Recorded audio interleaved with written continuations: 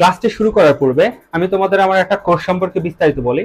কোর্সটি এইচএসসি ব্যাচের জন্য, মানে এইচএসসি 25, 26, 27 বা যে কোনো ব্যাচের জন্য হাইলি রিকমেন্ডেড একটা কোর্স।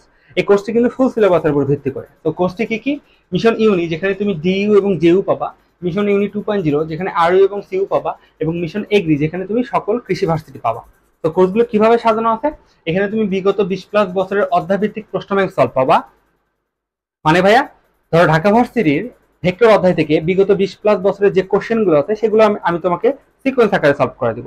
প্রথমে 24 সালের কোশ্চেন, তারপর 23, 22, এইভাবে 2016 অব্দি যতগুলো কোশ্চেন আছে সবগুলো সলভ পাবা। এভাবে প্রত্যেকটা অধ্যায়ের পাবা, এবং নতুন যে কোশ্চেন গুলো আসবে পরবর্তীতে সেগুলো আমি এখানে অ্যাড করে দিব। তো উদাহরণস্বরূপ ধরো, এই সবগুলো ভার্সিটি মিলে ভেক্টর অধ্যায়ে 200টা কোশ্চেন আছে। তো তুমি যখন এই 200টা কোশ্চেন সলভ করবা, তখন কিন্তু তোমার ওই অধ্যায়ের উপরে প্রিপারেশন 80 থেকে 90% অলমোস্ট ডান হয়ে যাবে। ওকে, আচ্ছা। তো এই কোর্সগুলোতে আর কি কি পাবা তুমি? সাথে অধ্যায় ভিত্তিক এক্সাম থাকবে প্রত্যেকটা অধ্যায়ের জন্য, এবং হাতে ক্যালকুলেশন থাকবে। এটা খুবই ইম্পর্টেন্ট, কারণ তোমরা দেখা যায় অনেকেই হাতে ক্যালকুলেশনটাকে খুব একটা গুরুত্ব দাও না। একমাত্র চট্টগ্রাম ইউনিভার্সিটি ছাড়া কিন্তু সবগুলো ইউনিভার্সিটিতে কিন্তু তোমাকে হাতে ক্যালকুলেশন করতে হবে। তোমরা হাতে ক্যালকুলেশনের মাধ্যমে সলিউশন তোমরা এখানে পাবা, এবং সাথে যত রকমের শর্টকাট আছে, শর্ট টেকনিক আছে। তুমি অ্যাডমিশন মানে কিন্তু শুধুমাত্র কোশ্চেন সলভ করায় না, তুমি কত দ্রুত সলভ করবা, কত শর্টকাট টেকনিক এর মাধ্যমে সলভ করবা, এগুলোর উপর কিন্তু ডিপেন্ড করে। তো সবগুলো তোমরা কিন্তু এই কোর্সে পেয়ে যাবা। ঠিক আছে? তো পার্সোনাল গাইডলাইন পাবা, মানে আমার সাথে পড়াশোনা রিলেটেড যে কোনো ধরনের সমস্যা হলে আমার সাথে সরাসরি কথাবার্তা বলতে পারবা। আর এখানে সবগুলো কোর্সের জন্য আলাদা আলাদা মূল্য হলো 499 টাকা। তোমরা যদি যে কোনো 2টা কোর্স নাও তাহলে 799 টাকায় পেয়ে যাবা। আর 3টি কোর্স যদি নাও তাহলে 1199 টাকা পেয়ে যাবা। এটা সব সময়ের জন্য অফার থাকবে। তো আর দেরি না করে দ্রুত তোমরা এই কোর্সে ভর্তি হয়ে যাও।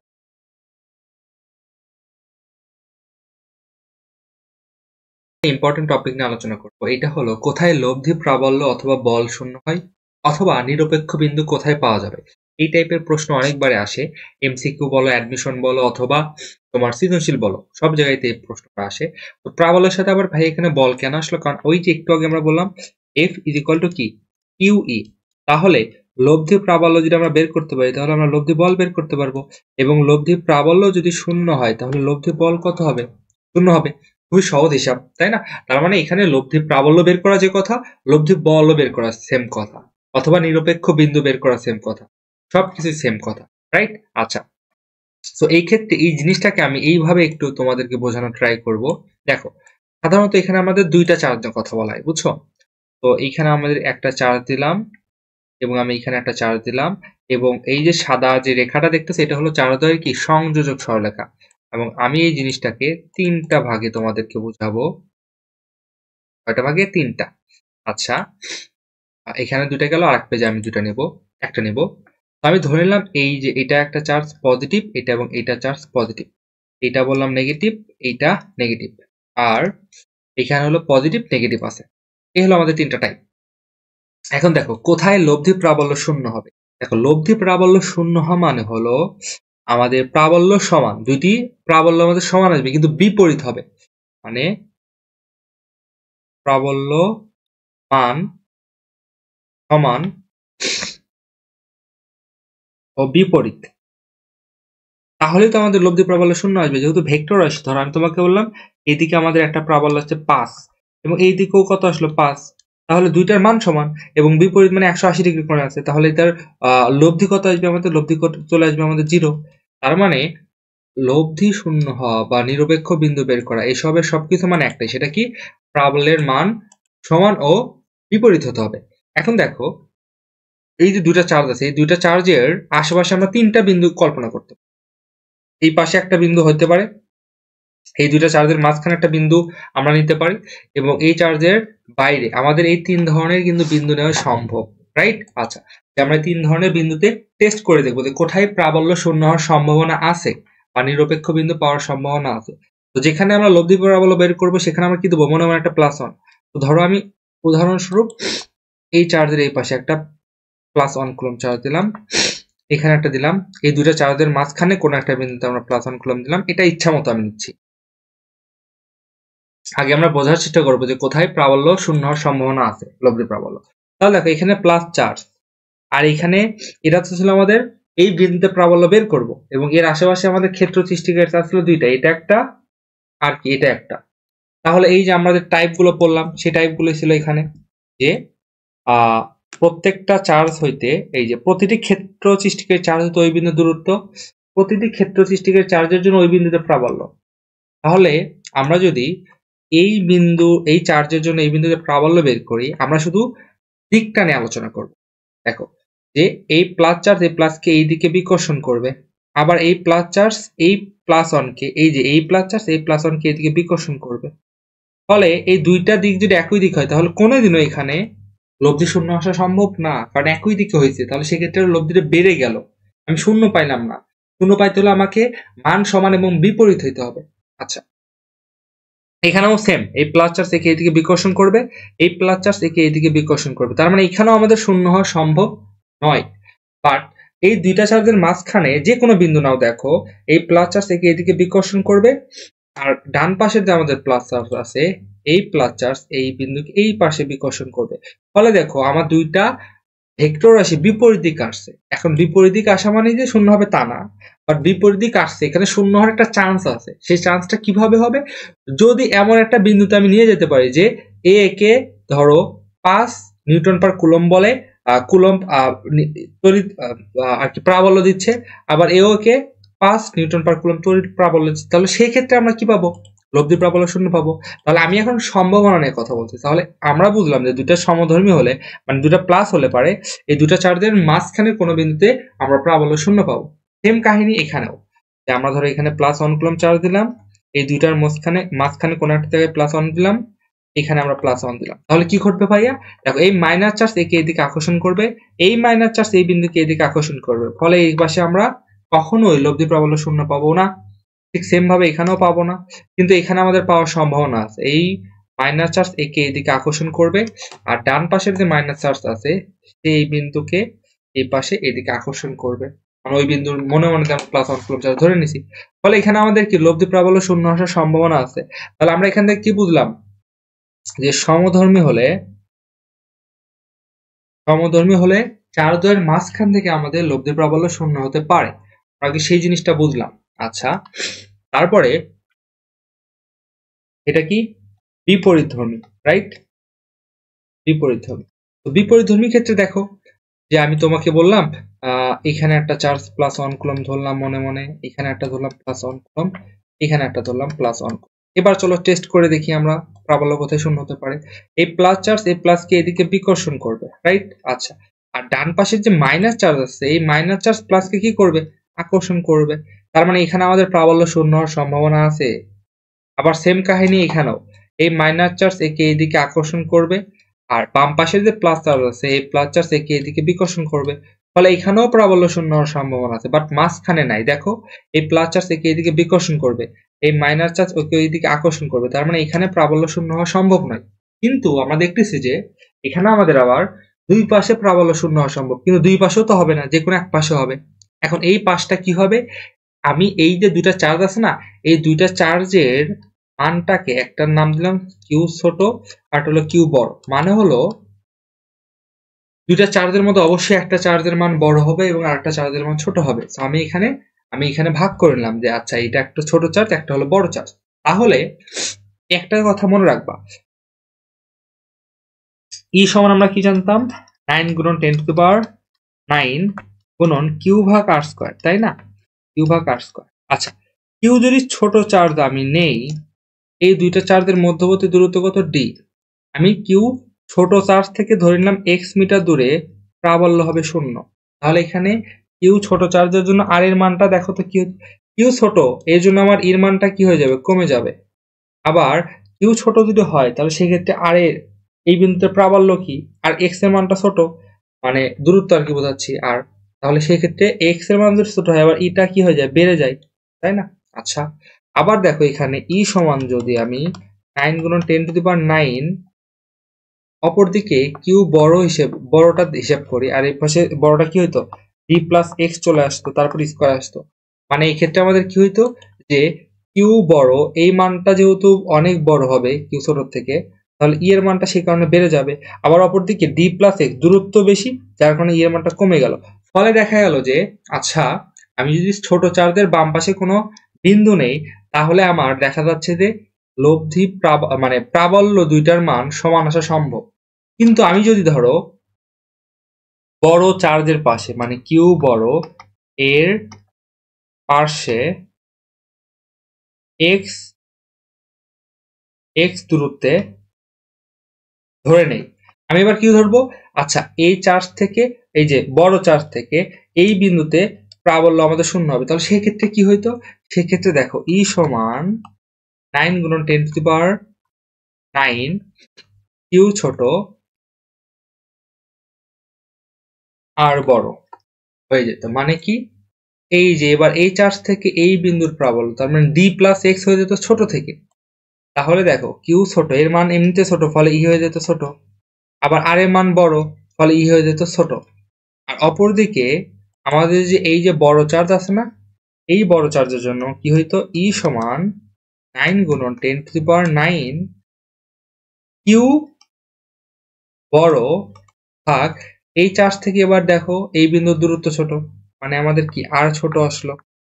আচ্ছা, এটাকে ডি প্লাস এক্স না দিয়ে তুমি আর বড় দিতে পারো, সমস্যা নেই। তাহলে এবার কিউ বড় এর জন্য ই এর মান বড় হয়ে গেল এবং আর ছোট এর জন্য ই এর মান বড় হয়ে গেল, ফলে একটা ইমব্যালেন্স তৈরি হয়ে গেল। তাহলে দেখা যাচ্ছে আমরা যদি এভাবে কি কখনো কি আর প্রাবল্য সমান হওয়া সম্ভব? না।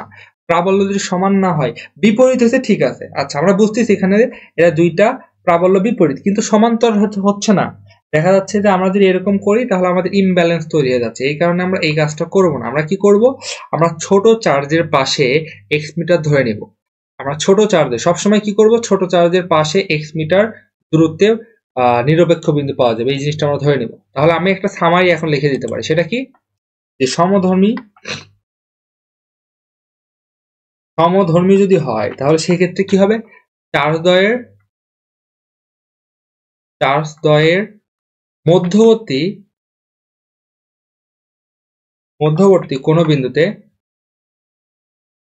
কোনো বিন্দুতে আমি এখানে আর লব্ধি প্রাবল্য শূন্য পাওয়া যাবে, লিখে দিলাম। লব্ধি প্রাবল্য শূন্য মানে কি? নিরপেক্ষ বিন্দু পাওয়া যাবে। আচ্ছা, আর যদি বিপরীতধর্মী হয় তাহলে চার্জের বাইরে, এখন কোন চার্জের বাইরে এটা আমি একদম স্পেসিফিক করে দিলাম যে কিউ ছোট চার্জের বাইরে কোনো বিন্দুতে লব্ধি প্রাবল্য শূন্য হবে। তাহলে এই যে কিউ ছোটটা হইলো না, এখানে আবার অনেকের মিসকনসেপশন থাকে, সেটা হলো যে প্লাস মাইনাস হিসাব করে, বাট না, কিউ ছোট শুধুমাত্র মান দেখবো আমরা, শুধুমাত্র মান দেখবো। আমরা চার্জের দিকে তাকাবোই না যে চার্জটা কি পজিটিভ আছে নেগেটিভ আছে, কারণ নেগেটিভ ছোট হলে আবার সেই মানটা আবার বড় হয়ে যায়, অনেকের মধ্যে এই ভুলটা থাকে। আমরা শুধুমাত্র মানটা দেখবো যে কোন মানটা বড় কোন মানটা ছোট, প্লাস মাইনাস সামনে আছে কিনা সেটা দেখে আমরা বড় ছোট হিসাব করব না। আচ্ছা, আর এখানে আমাদের যে শর্টকাটটা আছে, এই শর্টকাটটা আমি একটু সামনে আলোচনা করব, একটা ম্যাথ করব। আমরা এখন একটা ম্যাথ সলভ করবো এবং একটা ম্যাথে আমরা এই যে আমাদের যে আসে না যে নিরপেক্ষ বিন্দু বা প্রাবল্য এই রিলেটেড যেগুলো আছে আর কি, মানে হলো আমাদের জ্যামিতিক শেপের এই সরলরেখার অংশটুকু, এই সরলরেখার অংশটুকু আমরা কমপ্লিট করার চেষ্টা করবো ইনশাল্লাহ। একটা ম্যাথ করলে আমরা সবগুলো পারবো আশা করি। এই সরলরেখা নিয়ে যত প্রশ্ন আসে সবগুলো আমি আলোচনা করবো। এটা কিন্তু আমাদের সরলরেখার একটা অংশ। দেখো, পরস্পর থেকে 1.5 মিটার দূরে অবস্থিত এত এবং এত এর দুটি চার্জের সংযোগ রেখার মধ্যবিন্দুতে প্রাবল্য, মানে ওই চার্জদ্বয়ের ঠিক, ওই চার্জদ্বয়ের সংযোগ রেখা মানে চার্জদ্বয়ের ঠিক মধ্যবিন্দুতে প্রাবল্য কত, এটা তোমার চাইছে, বুঝছো? আচ্ছা, তাহলে এবার এই অঙ্কগুলো করার ক্ষেত্রে তোমাকে অবশ্যই জ্যামিতিক শেপ কিন্তু আঁকাইতে হবে, না হলে কিন্তু স্যাররা কিন্তু মার্ক দিবে না। অবশ্যই তুমি এই শেপগুলো আঁকাবে। এটা কি একটা সরলরেখা, তাহলে তুমি এর দুইটা বিন্দু নাম দিলা, এটার নাম দিলা এ, এটার নাম দিলাম ধরো বি, এবং তুমি এই চার্জগুলো তো নাম তো দেওয়া, মান দেওয়া আছে, কিন্তু নামগুলো তোমার ধরে নিতে হবে। তাহলে কিউ1 সমান তুমি ধরে নিলা 3 গুণন 10⁻⁻6 কুলম, আর কিউ2 সমান ধরে নিলা -4 গুণন 10⁻⁻6 কুলম। ওকে, ফাইন। এখন বলছে এই দুইটি চার্জ কত মিটার দূরে আছে? 1.5 মিটার দূরে আছে। এই দুইটা চার্জের মধ্যবর্তী দূরত্ব 1.5 মিটার। বলছে ঠিক মধ্যবিন্দু, তাহলে ঠিক মধ্যবিন্দুতে প্রাবল্য কত হয়েছে? আচ্ছা ঠিক আছে, আমরা এখন আমাদের যে স্টেপগুলো আছে সেই স্টেপগুলো ফলো করব। আচ্ছা, আমি শুধু তোমাদের একবার শুধু মনে করা দেই, আমার এটা মনে থাকে সবসময়। যে প্রথমে আমাদের স্টেপ হলো যে বিন্দুতে প্রাবল্য বের করতে হবে সেখানে +1 কুলম্ব। প্রতিটি ক্ষেত্র সৃষ্টিকারী চার্জ হতে ওই বিন্দুর দূরত্ব, প্রতিটি ক্ষেত্র সৃষ্টিকারী চার্জের জন্য ওই বিন্দুতে প্রাবল্য, লাস্ট হলো লব্ধি। তাহলে চলো আমরা তাই করব। প্রথমে কি করব, ওইখানে আগে মনে মনে +1 কুলম্ব চার্জ দিব। ওকে, দিলাম। তারপর আমাদের কি করতে হবে, প্রতিটি ক্ষেত্র সৃষ্টিকারী চার্জের জন্য ওই বিন্দুতে চার্জ হতে ওই বিন্দুর দূরত্ব। তাহলে এখন ভালো করে বুঝো, এই বিন্দুর আশেপাশে ক্ষেত্র সৃষ্টিকারী চার্জ আছে মাত্র এইটা আর হলো এইটা, এই দুইটা। তাহলে এই চার্জ থেকে এই বিন্দুর দূরত্ব কত, অর্ধেক, যেহেতু 0.75।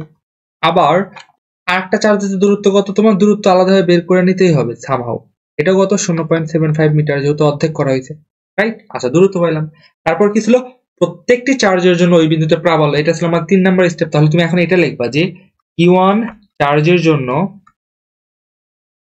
জন্য এই যে মধ্যবিন্দু আছে না, এই মধ্যবিন্দুর একটা নাম তুমি দিয়ে দিবা, সেটা ধরো P। তাহলে লিখবো যে P বিন্দুতে প্রাবল্য, P বিন্দুতে প্রাবল্য। ওই যে প্রাবল্য বের করবো, এখানে কিন্তু আমার দিকও কিন্তু উল্লেখ ছিল, মান ও দিক উভয়ই উল্লেখ করবো। তাহলে এটা কোন চার্জের জন্য, Q1 চার্জের জন্য, এই জন্য এটার নাম আমি দিব E1 সমান 1/4πε0। এখানে কে এর মান 1 বা শূন্য মাধ্যম অথবা বায়ু মাধ্যম তোমাকে ধরে নিতে হবে, এখানে উল্লেখ নেই।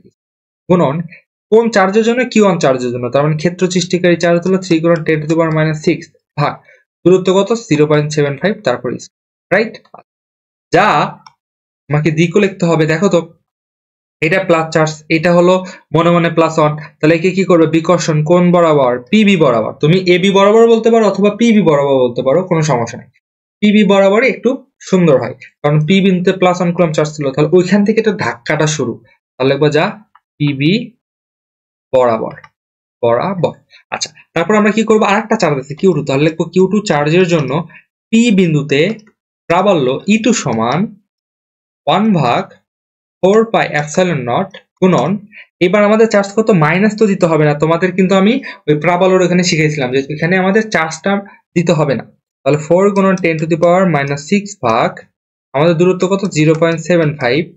এইবার দেখো তো, যা এটা ছিল মাইনাস চার্জ প্লাসকে কি করে, আকর্ষণ করে, তার মানে ওই প্লাসকে সে এই দিকে টানবে, নিজের দিকে টানবে, তার মানে এটাও কি বরাবর, এটাও হলো পিবি বরাবর, যা এটাও পিবি বরাবর।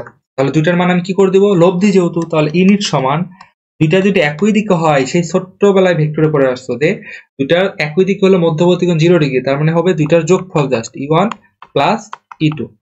ঠিক আছে, এই দুইটা যদি আমরা যোগ করি, আমি অলরেডি এটা ক্যালকুলেশন করে ফেলছি, আমি একদম এইটার মান ক্যালকুলেশন করে যত হয় সেটাই লিখে দিচ্ছি, তোমরা লাস্টে নিজেরা মিলাই নিবা। ঠিক আছে, 112 × 10⁻³ নিউটন পার কুলম্ব। একক কি হবে, নিউটন পার কুলম্ব। ওই যে E সমান F/Q, F মানে নিউটন, Q মানে কুলম্ব, তাহলে নিউটন পার কুলম্ব চলে আসলো। ওকে, ফাইন। তারপর আমরা এটা করব যে এবার এখানে বলছে যে কোথায় লব্ধি প্রাবল্য 0 অথবা নিরপেক্ষ বিন্দু পাওয়া যাবে। তাহলে সেম ভাবে আমরা এটা ধরে নিলাম। আচ্ছা, দুটো চার্জ আমরা ধরে নিব, অবশ্যই আমাকে এই সবগুলো লিখে নিতে হবে। তো এখানে আমি বললাম Q1 সমান হলো 3 × 10⁻⁶, আর এখানে হলো আমার Q2 সমান কত, -4 × 10⁻⁶। তো অলরেডি কিন্তু আমরা করে ফেলছি যে দুইটা চার্জ যদি বিপরীতধর্মী হয়, সেক্ষেত্রে আমার নিরপেক্ষ বিন্দুটা বা লব্ধি প্রাবল্যটা ছোট চার্জের বাইরে হবে। তাহলে এই যে এই কথাটা, বিপরীতধর্মী হলো কিউ ছোট চার্জের বাইরে প্রাবল্য 0 হবে, এটা আমরা শিখে ফেলছি অলরেডি। তাহলে এই দুইটা চার্জের মধ্যে কে ছোট, এই মাইনাসটা আমরা ইগনোর করব, এই মাইনাসটা আমরা ইগনোর করে ছোট বড় হিসাব করব। তাহলে বোঝা যাচ্ছে কি ছোট, তো এখানে আমরা মনে মনে আর কি ছোট ধরে নিলাম, তাহলে তো আমাদের জন্য সুবিধা হলো। তাহলে এখন আমরা কি করবো জানো, প্রথমে লিখবো যে Q1 ধরি, Q1 চার্জ হতে x মিটার বাইরে প্রাবল্য 0 হবে, এই কথাটা তোমাকে একটু লিখে দিতে হবে। ঠিক আছে, আচ্ছা, আর এই যে Q1 Q2 আছে না, এইটুকুর মধ্যবর্তী দূরত্ব কত, 1.5 মিটার। এই 1.5 মিটারকে আমি ডি ধরে নিচ্ছি, এটা আমি ধরে নিচ্ছি, এটার নাম আমি ডি দিলাম। কেন দিলাম একটু পরেই বুঝতে পারবা, কারণ এটার এবার শর্টকাট আমি লিখে দিব, খুবই সুন্দর একটা শর্টকাট, এটা কাজে লাগে অনেক। সো এটা আমি ডি ধরে নিলাম, আর এইটার নাম আমি Q1 না দিয়ে কিউ ছোট লিখলাম, কিউ ছোট, আর এটা লেখো কিউ বড়, তাহলে বুঝতে সুবিধা হবে তোমাদের। ঠিক আছে, আচ্ছা, তাহলে আমাদের প্রথম কাজ কি, যে বিন্দুতে প্রাবল্য বের করব আমি ধরে নিলাম এই বিন্দুতে প্রাবল্য বের করবো, তাহলে এখানে আমি মনে মনে +1 দিলাম। যতগুলো চার্জ আছে সেখান থেকে তার দূরত্ব আমার জানা লাগবে। তাহলে আমি ধরে নিচ্ছি যে কিউ ছোট থেকে এই চার্জের দূরত্ব হলো এক্স, তাহলে কিউ বড় থেকে কত হবে? বড় থেকে হবে ডি প্লাস এক্স। দেখো এইটুকু ডি, এইটুকু ছিল ডি দূরত্ব, আর এইটুকু হলো এক্স, তাহলে কত হলো? D plus x, right? D plus x দূরত্ব। Okay fine, D plus x হইলো। তাহলে এখন আমার 3 নাম্বার স্টেপ কি ছিল? প্রত্যেকটি চার্জের জন্য ওই বিন্দুতে প্রাবল্য বের করতে হবে এবং সেটার দিকও বের করতে হবে। আচ্ছা, তাহলে কি লিখবো? যে কিউ ছোট চার্জের জন্য, দেখো তুমি তোমার স্বাধীন মতো নামকরণ করতে পারো, এখানে কোনো কেউ তোমাকে বাধা দিবে না।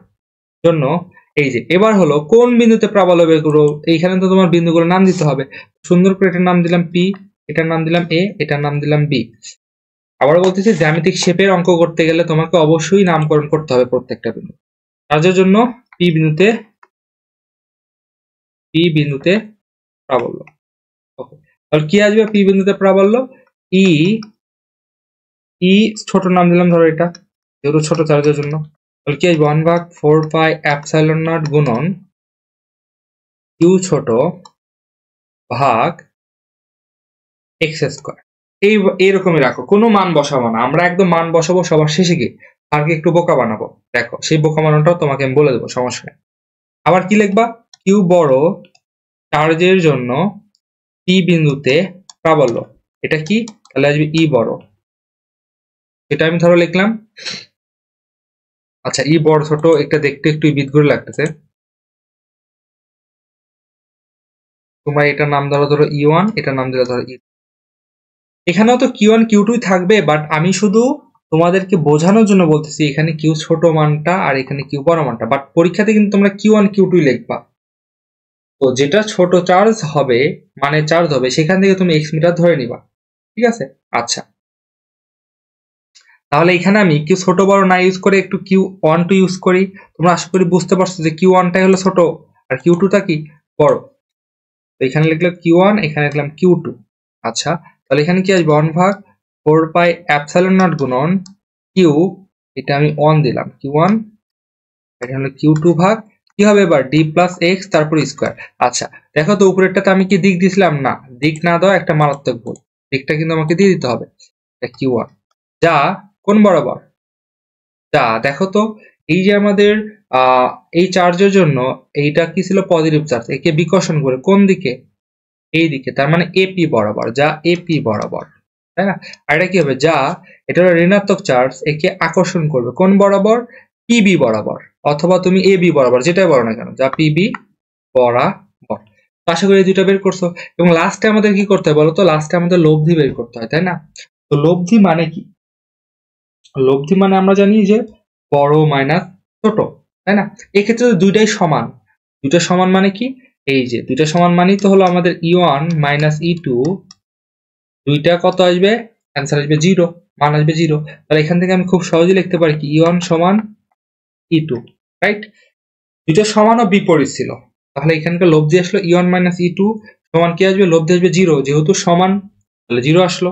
তাহলে এখান থেকে আমরা খুব সহজেই ই1 এর মানটা বসায় দিতে পারি, 1/4πε0 গুণন q1 ভাগ x square is equal to 1/4πε0 গুণন q2 ভাগ d প্লাস এক্স তারপর স্কোয়ার। এটা ছিল আমার ওয়ার্স থেকে এটা কাটা গেল, তো আমি d প্লাস এক্স কে এই পাশে নিয়ে আসলাম, তারপর স্কোয়ার ভাগ এক্স স্কোয়ার, আর এখানে আমি q2 আর q1 কে ডান পাশে নিয়ে গেলাম, তাহলে q2 ভাগ q1 আসলো। আচ্ছা, এটাকে আমি খুব সহজে এইভাবে লিখতে পারি, d প্লাস এক্স ভাগ এক্স তারপর স্কোয়ার সমান q2 ভাগ q1, তারপর আমি স্কোয়ারটা এই পাশে পার করে আসতে পারি, তাহলে কি আসবে? d প্লাস এক্স ভাগ এক্স সমান রুট ওভার q2 ভাগ q1। Okay fine. এখন দেখো তো এটাকে আমি কি এভাবে লিখতে পারি না, d ভাগ এক্স প্লাস এক্স ভাগ এক্স সমান রুট ওভার q2 ভাগ q1 লিখতে পারি ভাইয়া। আচ্ছা, তাও ফাইন। এবার দেখো তো d ভাগ এক্স সমান, আমি এখানে তো x ভাগ x মানে কত? 1, এই প্লাস 1টা ডান পাশে গেলে কি হবে? রুট ওভার q2 ভাগ q1 মাইনাস 1 হবে। আচ্ছা ফাইন, তাহলে কি আসলো ভাইয়া?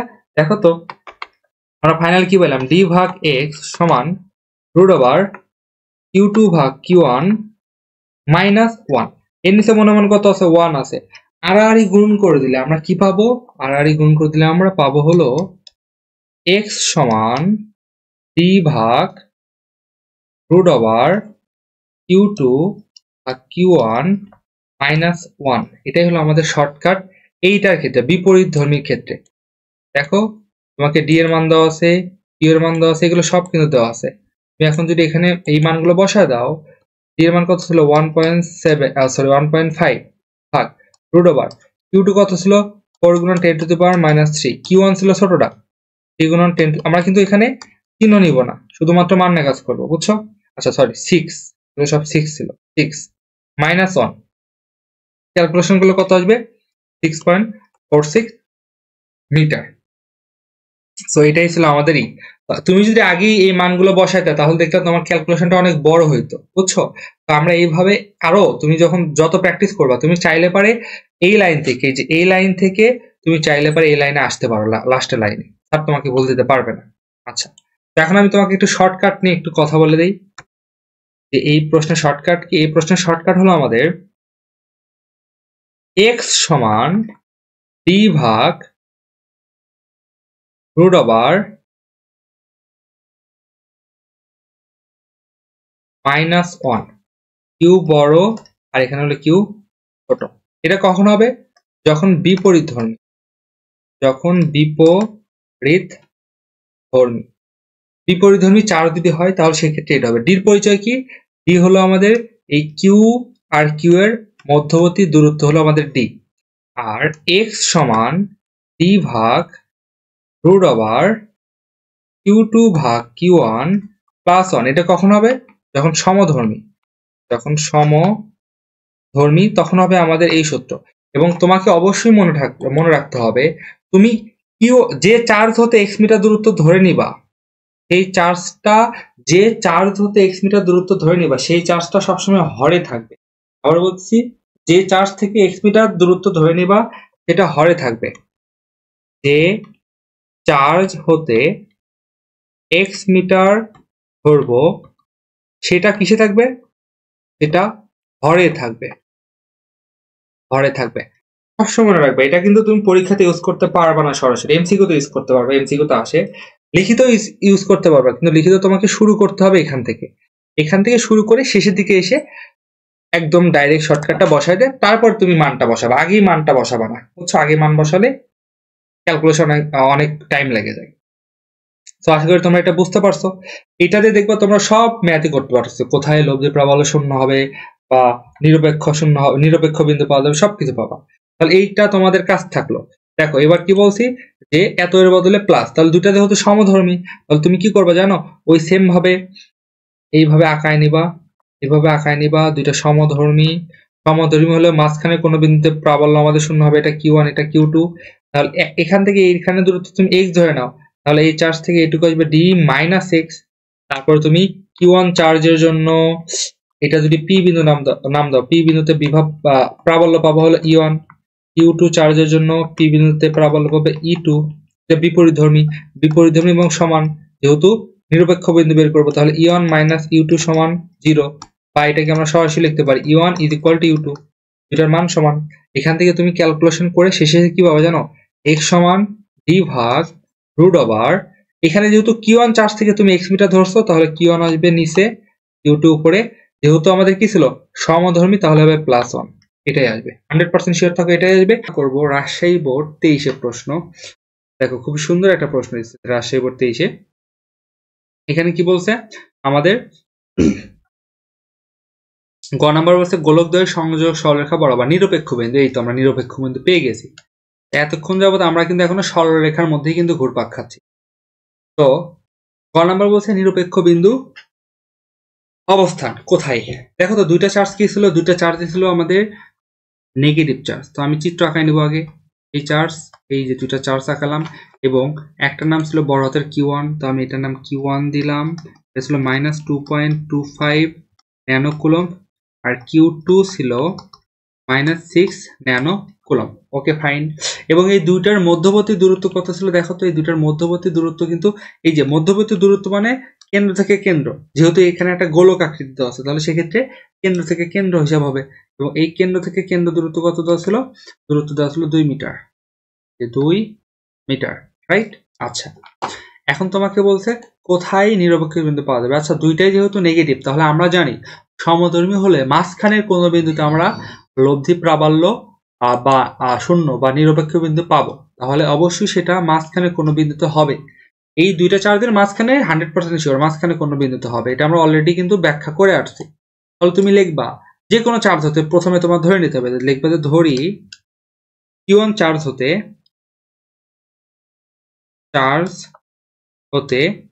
x দূরত্বে, যদি বাইরে হতো তাহলে x মিটার বাইরে বলতাম বা x দূরত্ব বাইরে বলতাম, কিন্তু এখানে শুধু বলবো x দূরত্বে, এটার নাম দিলাম ধরো P বিন্দু, রাইট? P বিন্দুতে লব্ধি প্রাবল্য বা নিরপেক্ষ বিন্দু পাওয়া যাবে। দেখো নিরপেক্ষ বিন্দু পাওয়া যাবে, তোমাদের আগেই বলছিলাম যে এই অঙ্কগুলো করার ক্ষেত্রে তোমায় একটু বিন্দুগুলো নাম দিবা। তাহলে এই যে এই চার্জ Q1 চার্জ দিয়ে বিন্দু আছে, সেটা A নাম দিলাম, এটা নাম দিলাম B। তো আমার কি দরকার, এবার 1 নম্বর স্টেপ হলো মনে মনে সেখানে আমরা +1 কুলম্ব চার্জ দেবো। তো মনে মনে আমি এখানে +1 কুলম্ব চার্জ দিলাম। তারপরে প্রত্যেকটি চার্জ হতে বিন্দু দূরত্ব, এইটুকু দূরত্ব আমি x ধরে নিছি, তাহলে এইটুকু দূরত্ব আমার কত হবে? 2 - x, রাইট?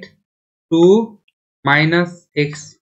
আচ্ছা ফাইন, এবার আমি কি করব, প্রত্যেকটি চার্জ হতে ওই বিন্দুর প্রাবল্য নির্ণয় করব। তাহলে লিখব যে Q1 চার্জের জন্য